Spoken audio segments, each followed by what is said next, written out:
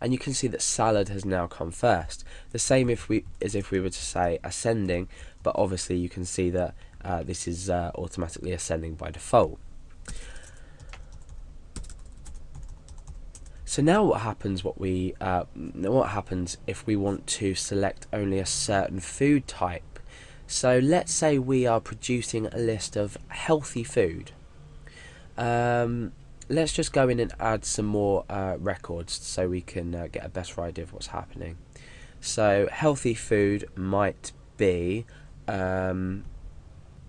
pasta, for example. So we could say pasta. Calories might say 600. We might say this is healthy, so we'll give this a value of H. And down here we can say another unhealthy food. We'll say ice cream. Calories, let's just give it, say 700, and we'll say this is unhealthy. We'll denote that with a U. So let's click go, and we'll just double check that everything is there. Now we've automatically put these values in, so when we come back to our PHP page, this will automatically update. So I've refreshed, and that's been updated, and you can see that it's still in descending order. We've got ice cream, pasta, salad, and pizza. So now what I want to do is I want to modify my query to work with only healthy food. So I'm going to say select food calories from food where, so before this order ID, where healthy underscore unhealthy, which is our column name, remember, let's just go back and have a look at that, where healthy unhealthy, and we need to say is equal to H. So equals H. Remember, this time using single quotation marks rather than apostrophes. So now let's refresh our page, and you can see that that's been updated with just the healthy food.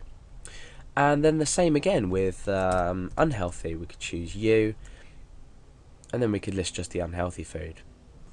So you can see that just by selecting data from our database, we're choosing exactly the data we want to select. Remember, you can also use things like the AND keyword as well, and you can pretty much change this query to however you need to select your data and how you need to apply conditions to it. Now there's also a function in PHP that allows you to return an integer with the amount of rows that have been returned. So for example, if we return no values, so we've got healthy unhealthy equals U, I could say, and let's just pick something out, healthy unhealthy equals U, and calories equal 100. So what we're doing now in our query is we're selecting where the food is unhealthy and the calories are equal to 100. Now if you look in our table, let's look at the unhealthy. So we've got unhealthy pizza, which is 1000. We've got unhealthy ice cream, which is 700.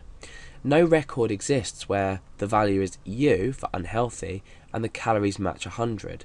So what's going to happen is when we refresh our page, we've returned nothing. So what happens if we want to display a message to the user saying nothing's been found, so no results have been returned from this query that's been run here? So what we do is we use the MySQL num rows function. So if query run equals MySQL query, now inside what we can do is say, just above the while loop, and then we'll close that just before that, we can say if MySQL underscore num underscore rows, we need to reference the query run, so the query that has actually been run, equals 0 or null, then say something, otherwise we can loop through the data. There's no point, I'm just going to increment that, or indent that, sorry. There's no actual point in running this while loop here if the data returned here is equal to 0. So we can put an error message in here saying no results found. Okay, and let's I'll make this a little larger so we can understand what's going on. So we've run the query. Now we're running an if statement, and we're saying if the number of rows returned from this query are equal to 0, say no results found. Otherwise, we're looping through the data that has been found, because if it doesn't equal 0, we must have at least one row. Then we loop through and grab the data. So let's just refresh our page and see what happens. So you can see no results found. Now what happens if we change our query around? Let's just go up to our query, and I say and calories equals 700. Now let's go back to our database. We can see that an unhealthy food with a calorie amount of 700 is ice cream. So therefore this query will have returned one row. Therefore this if statement will evaluate to false, and we'll run this block here. So let's just test that. We should just get ice cream displayed on our page. And we have, so ice cream has 700 calories. So using these few simple functions and using a while loop, you can see that we can select all rows in our database that have been returned with a specific query. Now we don't always need to use this while loop to return specific information. For example, if we know that we're only going to return one row, for example the example I've already used with the username and password, if we say return one row and we know we're only ever going to return one row, we can do this slightly differently.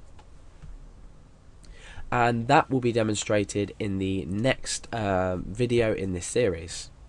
So for now, that was selecting data from our database using a loop and these small but very useful functions.